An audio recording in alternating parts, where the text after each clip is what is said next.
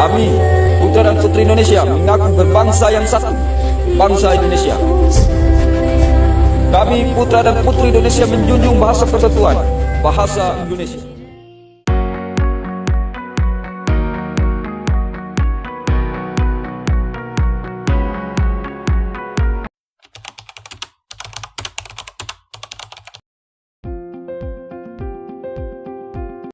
A. Asal-usul bahasa Melayu.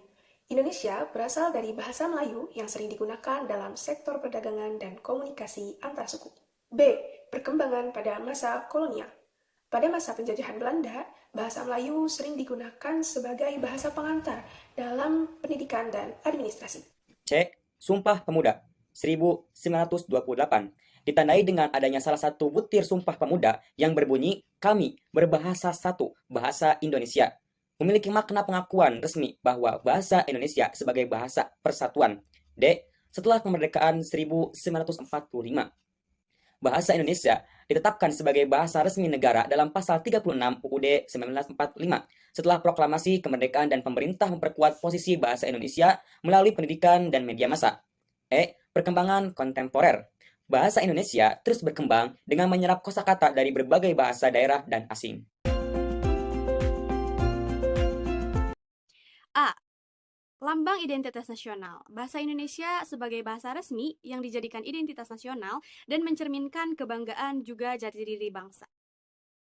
B. Alat komunikasi antar budaya. Bahasa Indonesia berperan sebagai alat komunikasi antar budaya agar mudah berinteraksi dan mudah dipahami. C. Pemersatu dalam keberagaman.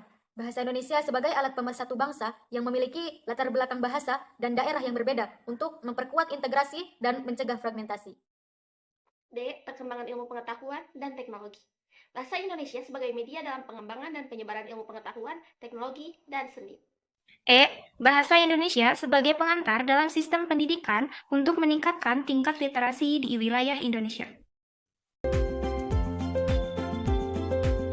Assalamualaikum warahmatullahi wabarakatuh. Perkenalkan, nama saya Marsal Ilmah dengan akhir NPM 180 sebagai perwakilan dari kelompok 7 mata kuliah Pancasila. Bapak, sebelumnya di sini saya akan mewawancarai Bapak. Pertanyaan pertama itu adalah apa dampak penggunaan bahasa Indonesia dalam pendidikan terhadap pemersatuan bangsa?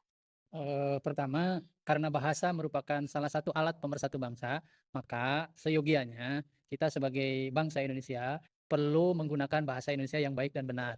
Nah, di bagian yang lain pun bahasa, karena ini merupakan bagian dari pembelajaran yang ada di jurusan bahasa Indonesia. Maka kalian cermati, kalian perdalam bahasa Indonesia yang baik dan benar. Sesuai dengan aturan-aturan yang baik dan benar akan berdampak ke dalam pembelajaran di masyarakat, pembelajaran di lingkungan, pembelajaran di sekolah, dan pembelajaran di lingkungan kampus. Maka gunakan bahasa Indonesia sebagai alat pemersatu. Untuk pertanyaan terakhir, itu apa contoh nyata sukses penggunaan bahasa Indonesia dalam menyatukan berbagai suku dan budaya?